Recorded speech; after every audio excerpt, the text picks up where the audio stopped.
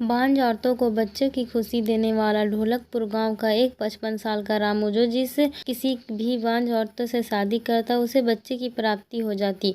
आखिर रामू ऐसा क्या खाता है, ये जानकर आपकी भी रूह कांप जाएगी। मेरा बाबा जो अपने सारी उम्र अपना सीना चौड़ा करके लोगों के सामने चलते रहे, आज मेरी वजह से उनका सिर झुका हुआ था और अपने हाथ जोड़कर एक 55 साल के आदमी से विनती कर रहे थे कि मेरी बेटी से शादी कर लो। वो 55 साल का आदमी और कोई नहीं बल्कि मेरे बाबा का दोस्त रामू था, जो किसी भी बांझ औरत से शादी करता तो उसके बच्चे हो जाते। पूरे गांव में उसके चर्चे थे और ये कोई सुनी सुनाई बात नहीं थी, सब कुछ सच था। कैसे बांझ औरतें रामू से शादी करके बच्चे पैदा करती थी। पहले जब उन औरतों को बांझ होने के ताने मिलते थे, रामू से शादी करने के बाद वो बच्चे की माँ बनकर समाज में इज्जत पाती थी। मैं और बाबा रामू के घर पर ही बैठे थे और मेरी शादी के लिए बाबा रामू को मना रहे थे। मुझे सुबह शाम बांझ होने के ताने मिलते थे। मेरे बाबा से ये बात सही नहीं जा रहा था। लोगों के तानों से तंग आकर बाबा ने फैसला किया कि वो मेरी शादी रामू से करवा देंगे। इसलिए वो उसके सामने हाथ जोड़कर कह रहे थे कि तुम मेरी बेटी से शादी कर लो। बाबा कह रहे थे कि तुमने तो कई औरतों से शादी करके उनके माथे से बांझपन का दाग हटाया है, मेरी बेटी से भी शादी करके ये दाग उसके ऊपर से हटा दो। मैं तो वहाँ खामोश बैठी थी, मुझे तो कुछ भी समझ में नहीं आ रहा था कि ये सब क्या हो रहा है। मैंने अपने बाबा के दोस्त को हमेशा अपना बाबा की तरह ही समझा था और मैं उनको चाचा कहा करती थी। अब भला मैं उनसे शादी कैसे कर सकती थी, मगर बाबा ने मेरे आगे अपने हाथ जोड़कर मुझसे कहा कि तुम रामू से शादी कर लो और मुझे अपने साथ यहाँ लेकर आ गए। बाबा ने रामू से भी यही कहा कि मेरी बेटी को कोई ऐतराज नहीं है तुमसे शादी करने में। रामू चाचा ने चौंक कर मुझसे देखा और बाबा को बाहर जाने के लिए कहा। फिर चाचा मुझसे कहने लगे कि तुम्हें याद है ना तुम्हारा और मेरा रिश्ता क्या है, तुम मुझे चाचा कहती हो। उनकी बात सुनकर मैं अपने अतीत में चली गई। पिछले 2 साल मेरी आंखों के सामने आने लगे। हमारे गांव में एक रामू नाम का आदमी था जिसे सब लोग रामू चाचा कहते थे। छोटा हो या बड़ा होने सभी लोग रामू चाचा कहकर पुकारते थे। वो मेरे बाबा के भी बहुत अच्छे दोस्त थे। मुझे अच्छे से याद है जब मैं 5वीं कक्षा में पढ़ती थी, हम सब गांव के बच्चे मिलकर उनके घर टीवी देखने जाते थे, क्योंकि हमारे पूरे गांव में सिर्फ उन्हीं के घर में टीवी था। हैरत की बात तो ये है कि वह अपने घर में अकेले रहते थे, उनके घर में कोई भी औरत नहीं थी। हम बच्चे उनसे पूछते कि रामू चाचा आप शादी क्यों नहीं कर लेते। उस समय हमें शादियों में जाने का बहुत शौक था। वो भी हमसे कहते कि बच्चे अभी मेरी शादी की उम्र नहीं हुई। उनकी ये बात सुनकर हम सब बच्चे हंसने लगते थे, क्योंकि वो हमारे माता पिता की उम्र के ही थे। जब मैं छोटी थी तो गांव के बच्चों के साथ पूरे गांव में घूमती रहती थी। जब मैंने 10वीं कक्षा पास कर ली तो मेरी माँ ने मुझे घर पर ही बिठा लिया। पूरे गांव में सिर्फ रामू चाचा ही सबसे अमीर थे। उनकी ना कोई पत्नी थी और ना ही कोई बच्चा था। वो शहर में कुछ काम करते थे और वहाँ से अच्छे खासे पैसे कमा कर लाते थे। उनके पास बहुत सारा रुपया पैसा था। गाँव के सभी लोग पैसों की वजह से उनकी बहुत इज्जत करते थे और उन्हें शादी का मशवरा भी देते रहते थे। मेरे बाबा की भी रामू चाचा से अच्छी खासी दोस्ती थी। मेरे बाबा जब भी रामू चाचा से मिलने जाते तो उनसे कहते कि रामू तू शादी क्यों नहीं कर लेता, तेरे पास इतना रुपया पैसा है तो किसके लिए छोड़कर जाएगा। तेरे जाने के बाद इस दौलत का कोई वारिस तो होना चाहिए ना। रामू चाचा के भी दिमाग में बाबा की बात आ गई। उन्होंने कहा ठीक है, मैं शादी के लिए तैयारी करता हूँ। यह बात सुनकर सब लोगों को बहुत खुशी हुई। सबने उनके लिए रिश्ते तलाश करने शुरू कर दिए। लेकिन जब रामू चाचा ने अपनी पसंद बताई तो सब लोग हैरान रह गए। चाचा ने कहा कि वो बिना मौसी से शादी करना चाहते। चाचा की इस बात से तो सबको झटका लगा था। जो भी ये बात सुनता उसे यकीन नहीं आता। सब सोच रहे थे कि चाचा आखिर बीना से शादी क्यों करना चाहते हैं। बीना मासी हमारे गाँव की वो औरत थी जैसी उनके खानदान वालों ने भी छोड़ दिया था। बीना मौसी की शादी हमारे गाँव में हुई थी, लेकिन शादी के 6 साल बाद भी वो माँ नहीं बन सकी तो उनके पति ने उन्हें बांझ कहकर डिवोर्स दे दी थी। कुछ समय बाद उन्होंने दूसरी शादी कर ली, मगर इस बार भी बच्चे की वजह से उनका घर ना बच सका। अब तो पूरे गांव को पता चल गया था कि बीना मौसी एक बांझ औरत है और उसके बच्चे नहीं हो सकते। इस वजह से उसने किसी से शादी नहीं की थी। उनके परिवार वालों ने भी उसे छोड़ दिया था। वो लोगों के घरों में काम करके अपना गुजारा करती थी। वो औरत जिसको उसके खुद के परिवार ने ही छोड़ दिया हो और उसका रिश्ता आ जाए, वो भी इतने अमीर आदमी का, तो हैरत तो हो गई ही ना। जब मेरी माँ ने यह बात सुनी तो कहने लगी कि मुझे तो कुछ गड़बड़ लगती है जो रामू ने उसके लिए रिश्ता भेजा है। ज़रूर उसने ही रामू को अपने पीछे लगा रखा होगा। बाबा ने माँ को डांटते हुए कहा कि बिना वजह किसी पर इल्ज़ाम नहीं लगाते, वो तो बेचारी बहुत शरीफ औरत है, उसे तो पता भी नहीं था कि रामू ने उसके लिए रिश्ता भेजा है।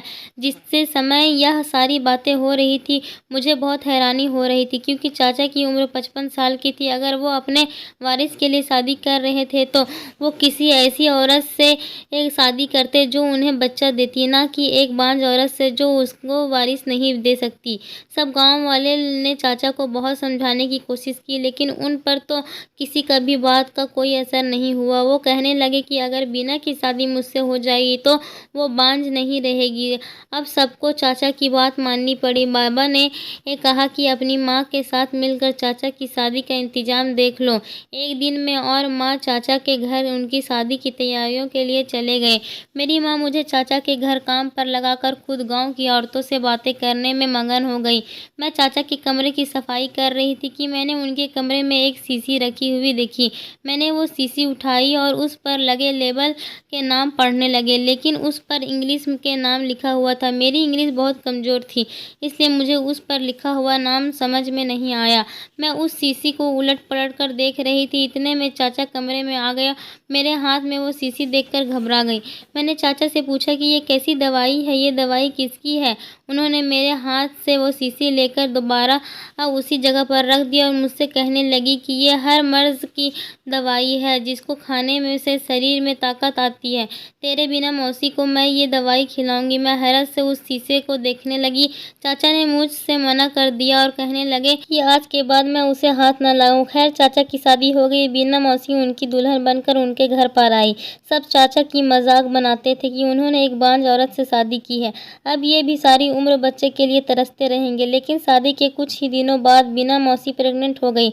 किसी को भी इस बात पर यकीन नहीं आ रहा था, लेकिन गांव की दाई ने बताया कि यह खबर सच है। मैं साइंस सब्जेक्ट्स पढ़ती थी। जब मैंने ये खबर सुनी तो मुझे भी बहुत हैरत हुई। मैंने अपने टीचर से पूछा, मैडम अगर एक बांझ औरत शादी कर ले तो क्या वो माँ बन सकती है? टीचर जी कहने लगी कि ऐसा नहीं हो सकता। ये सब तुम्हें किसने बताया?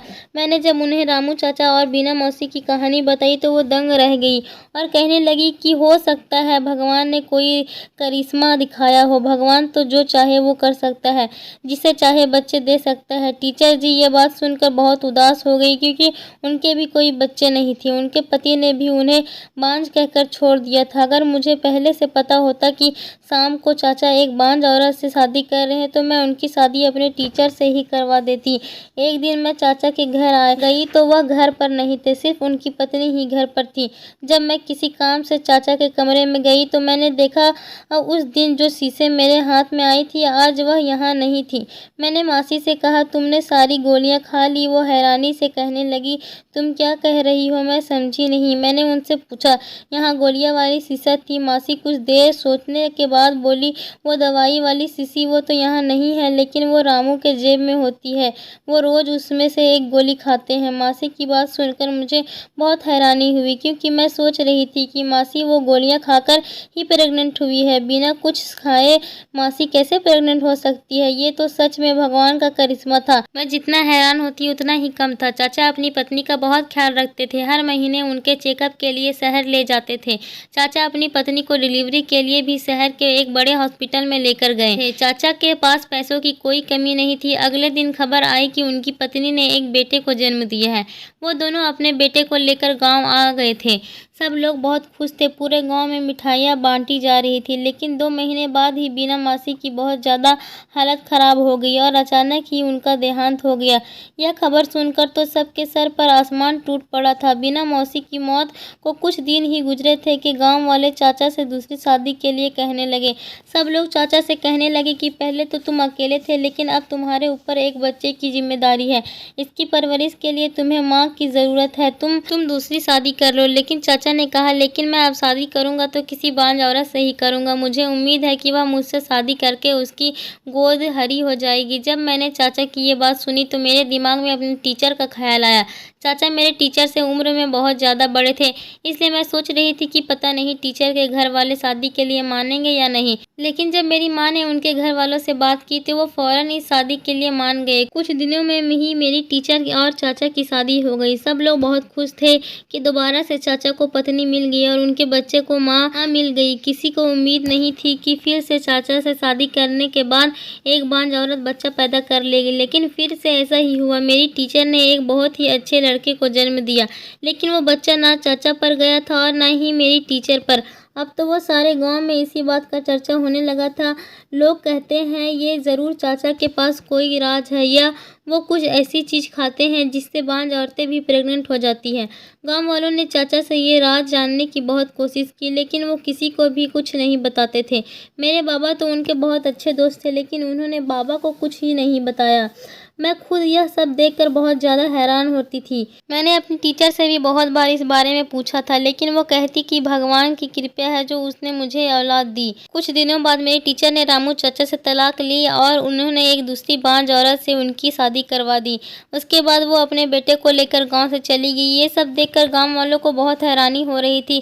पहले तो बांझ औरतों को बच्चा पैदा करना और फिर मेरी टीचर जी का उनके तलाक देकर चले जाना, और चाचा ने भी उसको तलाक दे दी थी। उनसे इस बारे में कोई सवाल नहीं किया। आखिर माजरा क्या था, किसी को भी कुछ समझ नहीं आ रहा था।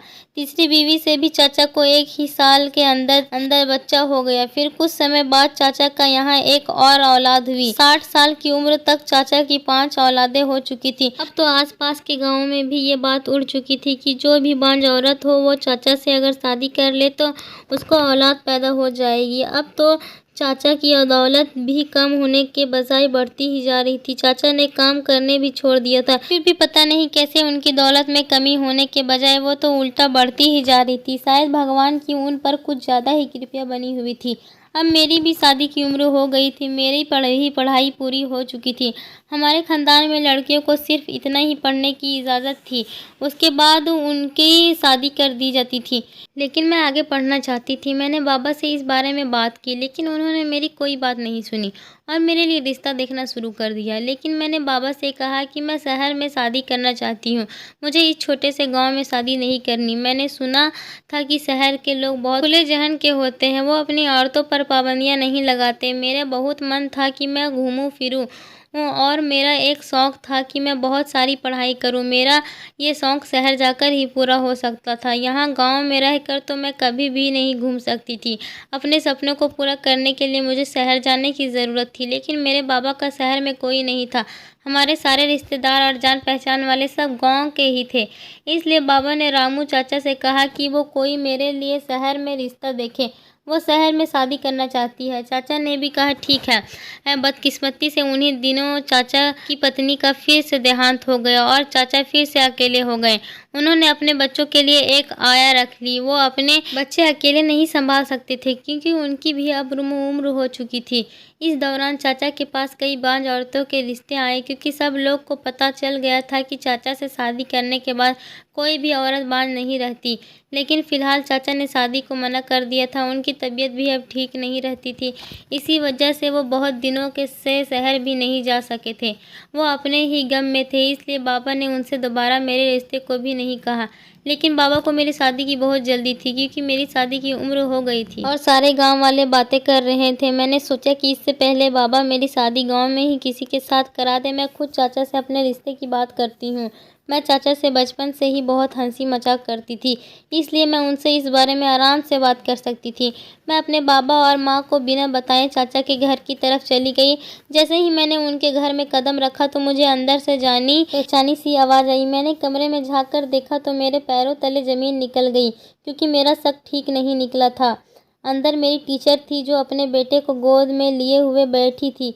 वो चाचा से कह रही थी कि आप किसी बांझ औरत से शादी कर ले, उनको भी समाज में इज्जत मिल जाएंगे और बच्चों की परवरिश भी अच्छे से हो जाएंगे। चाचा कहने लगी कि अब मुझे किसी भी औरत पर भरोसा नहीं रहा। तुम लोगों ने ये तो राज अपने सीने में छुपा के रखा है कि कैसे मुझसे शादी के बाद 5 औरतें प्रेग्नेंट हो जाती है। अगर किसी ने यह राज खोल दिया तो अच्छा नहीं होगा, पूरे गांव के सामने हमारी बेइज्जती हो जाएगी।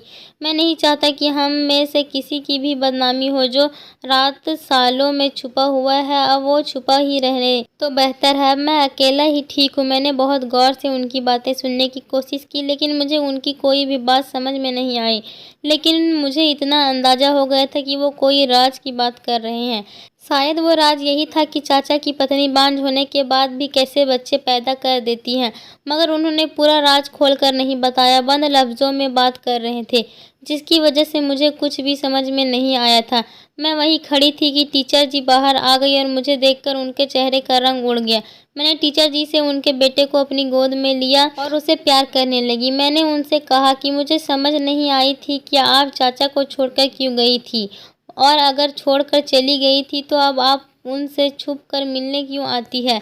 मेरी बात सुनकर उन्हें थोड़ा गुस्सा आया और कहने लगी कि मैं कोई छुप कर मिलने नहीं आती हूँ, सिर्फ आज ही आई हूँ। मुझे किसी ने बताया था कि उनकी पत्नी का देहांत हो गया है, इसलिए मैं मिलने के लिए आ गई। मैंने भी टीचर जी से आंखें फेरते हुए कहा कि एक बार जो छोड़कर चला जाए वो पलट कर वापस नहीं आता। अगर आप उन्हें छोड़कर नहीं गई होती तो वो आज इस हालत में अकेले नहीं होते। लेकिन आपको तो पता नहीं किस बात की जल्दी थी कि आपने उनसे तलाक लिया और उनकी दूसरी शादी करवा कर यहाँ से चली गई।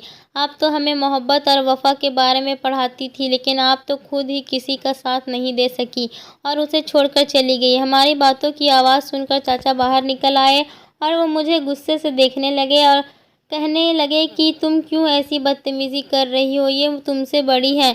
मैंने चाचा से कुछ कहना चाहा, लेकिन उन्होंने इशारे से मुझे चुप रहने के लिए कहा और टीचर जी कहने लगे कि तुम जाओ, इसकी मैं खबर लेता हूँ।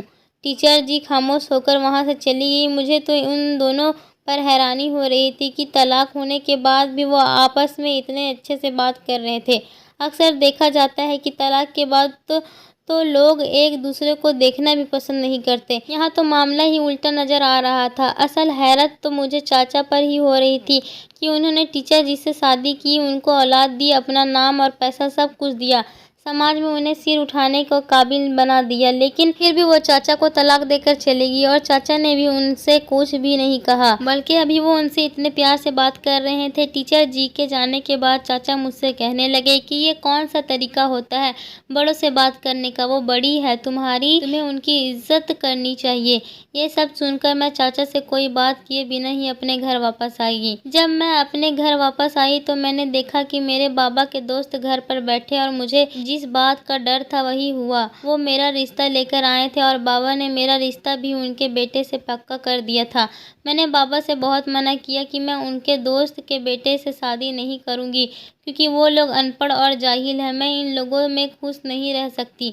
लेकिन बाबा ने मेरी कोई बात नहीं सुनी और ज़बरदस्ती मेरी शादी अपने दोस्त के बेटे से करवा दी। मुझे शुरू से ही इनके घर का माहौल पसंद नहीं था। वो लोग बहुत अमीर थे, लेकिन तमीज़ नाम की उनके घर में कोई चीज़ नहीं थी। मेरे पास कोई और चारा नहीं था। मजबूरी में अपने बाबा की इज्जत की खातिर मुझे शादी करनी पड़ी। मेरी शादी को 3 साल हो गए थे। पिछले 2 साल मैंने जैसे भी गुजारे थे, बस मैं ही जानती थी। मैं अपनी ससुराल में बहुत मुश्किल से रह रही थी। मैं भगवान से दुआ करती थी कि इन लोगों से मेरी जान छूट जाए, लेकिन मेरी जान ऐसे छूटेगी मैंने ये नहीं सोचा था। मैं माँ बनने वाली थी तो मेरी ननद ने मुझे सीढ़ी से धक्का दे दिया। मैं पेट के बल पूरी सीढ़ियों से गिरती हुई नीचे आ गई। जब मेरी आँख खुली तो मैं हॉस्पिटल के कमरे में थी। मैं अपने बच्चे को खो चुकी थी। डॉक्टर ने कहा कि अब मैं कभी माँ नहीं बन सकती। यह सुनकर मेरे ससुराल वालों ने मुझे मेरे माता पिता के घर छोड़ दिया और कहने लगे कि जब ये हमें बच्चा नहीं दे सकती तो हम इसे अपने पास रख कर क्या करेंगे। बल्कि उन लोगों ने तो सारे गांव में ये उड़ा दी थी कि मैं अब बांझ हो चुकी हूँ। इसी वजह से मेरे रिश्ते आने बंद हो गए थे। बाबा जब भी घर से बाहर जाते तो लोग उनसे मजाक में कहते, अपनी बेटी की शादी रामू चाचा से करा दो, ये भी बच्चा पैदा कर देगी। बाबा लोगों के तानों से तंग आ गए थे, इसलिए आज मैं अपने बाबा के साथ रामू चाचा के घर बैठी थी। बाबा मुझे उनसे बात करने के लिए अकेला छोड़कर बाहर चले गए थे। चाचा मुझसे कहने लगे कि मैं जानता हूँ कि तुम हमेशा इस बात के पीछे पड़ी रही हो कि तुम्हें मेरा राज पता चल जाए कि कैसे बांझ औरतें मुझसे शादी करने के बाद बच्चे पैदा कर लेती हैं। तुम क्यों, पूरा गांव ही मुझसे इस बारे में सवाल करता रहता है, लेकिन मैंने कभी भी किसी को कुछ नहीं बताया। लेकिन आज मैं तुम्हें अपना ये राज बता रहा हूँ। जब मैं 26 साल का था तब मैं बीमार हुआ और डॉक्टर के पास अस्पताल गया तो उसने मेरा पूरी बॉडी चेकअप करने के बाद बताया वो मुझे बचपन से ही बीमारी थी। लेकिन किसी ने इस बात को नोटिस नहीं किया और बढ़ते बढ़ते मेरी बीमारी इतनी बढ़ गई कि डॉक्टर को मेरा ऑपरेशन करना पड़ा। ऑपरेशन के बाद डॉक्टर ने मुझे बताया कि मैं अब कभी भी बाप नहीं बन सकता। अब मैं बाप बनने के हक से महरूम हो गया। वो पूरे खानदान में ये बात फैल गई थी। मेरे खानदान के ही लोग मुझे अजीब नज़रों से देखते थे और मुझे ताने देते। हर कोई मुझ पर तरस खाता। मेरी मंगनी टूट गई थी। मेरे छोटे भाई बहनों की शादी हो गई थी और सब अपनी अपनी ज़िंदगी में मगन हो गए थे। मेरे माता पिता के देहांत के बाद मेरे परिवार में किसी को भी मेरी ज़रूरत नहीं थी। इसलिए मैं अपना घर छोड़कर इस गांव में चला आया। अब मैं किसी से शादी तो नहीं कर सकता था, इसलिए मैंने काम करना शुरू कर दिया। मैंने दिन रात मेहनत करके इतने पैसे कमाए कि लोग मेरी बहुत ज़्यादा इज्जत करने लगे। यहाँ मेरी कुछ लोगों से दोस्ती हो गई और मेरी ज़िंदगी अच्छी गुजरने लगी। मेरे दोस्त भी मुझसे शादी के लिए कहते थे, मगर मैं जानता था कि कोई भी औरत मेरा सच जानने के बाद मुझसे शादी नहीं करेगी। हर औरत की ख्वाहिश होती है कि वो माँ बने। जब मैं एक औरत को माँ नहीं बना सकता तो मैं उससे शादी भी नहीं कर सकता था। इसलिए मैंने सोचा था कि मैं ज़िंदगी भर अकेला ही रहूँगा। मैं अपने दोस्तों को ये बात कैसे बताता, इसलिए मैं उनसे कोई न कोई बहाना कर दिया करता था। मुझे बीना को देखकर बहुत दुख होता था। वो बेचारी भी मेरी तरह बच्चे के ताने सुनती थी। मुझे उसका दुख बिल्कुल अपने जैसा लगता था। उस बेचारी को भी उसके परिवार वालों ने छोड़ दिया था, जैसे मुझे मेरे परिवार वालों ने छोड़ दिया था। जब मुझसे सब लोगों ने कहा कि मैं इतनी दौलत किसके लिए छोड़ कर जाऊँगा तो मुझे एहसास हुआ कि मुझे अपनी दौलत किसी के काम में लगा देनी चाहिए। मैंने सोचा कि मैं एक अनाथ आश्रम से बच्चे को लेकर उसकी बेहतरीन परवरिश करूँगा, लेकिन मैं अकेले बच्चे नहीं पाल सकता था। उसके लिए मुझे एक माँ की ज़रूरत थी। फिर मेरे जहन में ख्याल आया। मैंने बीना के लिए रिश्ता भेजा, लेकिन उसे सारी बात सब कुछ सच सच पहले से ही बता दिया था कि वो भी माँ नहीं बन सकती और मैं भी बाप नहीं बनने के काबिल नहीं हूँ। तो हम दोनों शादी कर लेते हैं और बच्चे को गोद ले लेंगे। बीना ने भी इस काम के लिए हाँ कर दी थी और हम दोनों ने शादी कर ली। शादी के बाद मैंने सोचा कि अब अगर हम बच्चा गोद लेते हैं तो लोग तो हमें फिर भी ताना देंगे कि बांझ थी और बच्चे को गोद लेना पड़ा। गांव वाले और ये समाज हमें वो इज्जत नहीं देगा और ना ही वो इस बच्चे को हमारा सगा बच्चा मानकर इज्जत देंगे। इसलिए मैंने गांव की दाई को उसके मुंह मांगे पैसे दिए और उससे कहा कि पूरे गांव में ऐलान कर दे कि बीना माँ बनने वाली है। उसने ऐसा ही किया। 9 महीने बाद हम डिलीवरी के बहाने से शहर चले गए और वहाँ अनाथ आश्रम से एक बच्चे को गोद लेकर आ गए। बीना को भी बांझपन के तानों से छुटकारा मिल गया था। वो मेरी बहुत ज़्यादा एहसानमंद थी, लेकिन उस बेचारे ही के जीवन के दिन कम ही बचे थे। उसे कैंसर हो गया और वो इस दुनिया से चली गई। फिर तुम्हारे टीचर जिसे मुझे शादी करनी पड़ी, वो भी बहुत अच्छी औरत थी। उसको भी समाज में इज्जत दिलाने के लिए हमने यही वाला ड्रामा करना पड़ा। इस बार भी हमने एक बच्चा गोद लिया था। मेरी ख्वाहिश थी मैं इन बच्चों की परवरिश बहुत अच्छे से करूं। एक दिन तुम्हारी टीचर का पहला पति हमारे घर पर आ गया और वो मुझसे कहने लगा कि मैं उसे छोड़ दूं क्योंकि वो तुम्हारी टीचर से बहुत मोहब्बत करता है और वो उसके साथ रहना चाहता है। उसे अपनी गलती का एहसास था, लेकिन तुम्हारी टीचर ने मना कर दिया। उसने कहा कि वो भी अपने पहले पति से बहुत प्यार करती है, लेकिन मुझे नहीं छोड़ सकती। मेरी वजह से उसे समाज में इज्जत मिली है। अब वह मुझे किसी भी हाल में छोड़कर नहीं जाएगी। लेकिन मैंने उसकी खुशी की खातिर उसे छोड़ दिया। वो मुझे तलाक देना नहीं चाह रही थी, लेकिन वो अपने पति से बहुत प्यार करती थी और मैं 2 प्यार करने वालों को अलग नहीं कर सकता था। इसलिए मेरे जोर देने पर उसने मुझे तलाक दे दी। तलाक होने के बाद उसने मेरी शादी अपनी एक बांझ सहेली से करवा दी ताकि मैं अकेला ना रहूं और मेरे बच्चों की भी परवरिश अच्छे से हो सके। उसे भी मेरे बारे में सब कुछ मालूम था। उसे रहने के लिए एक छत चाहिए थी। बैठे बिठाए उसे पति और औलाद और इज्जत मिली तो वो भी मेरी शुक्रगुजार हो गई। तुम्हारी टीचर अपने बेटे को साथ लेकर चली गई क्योंकि वो उसकी परवरिश खुद करना चाहती थी। इसलिए मैंने उसे वो बच्चा ले जाने दिया और खुशी खुशी इसे रुखसत कर दिया। मेरी तीसरी पत्नी भी बहुत अच्छी थी। उसके बाद हम 2 बच्चे अडॉप्ट किए थे, लेकिन उसकी ज़िंदगी भी बहुत थोड़ी थी। कुछ दिनों में उसका भी देहांत हो गया। ये है मेरा सारा राज, जिसको कोई नहीं जानता था और मेरे बारे में लोग अजीब अजीब बातें करते थे। मैं सिर्फ उस बाँझ औरत को समाज में इज्जत और उन अनाथ बच्चों की परवरिश अच्छे से करना चाहता था।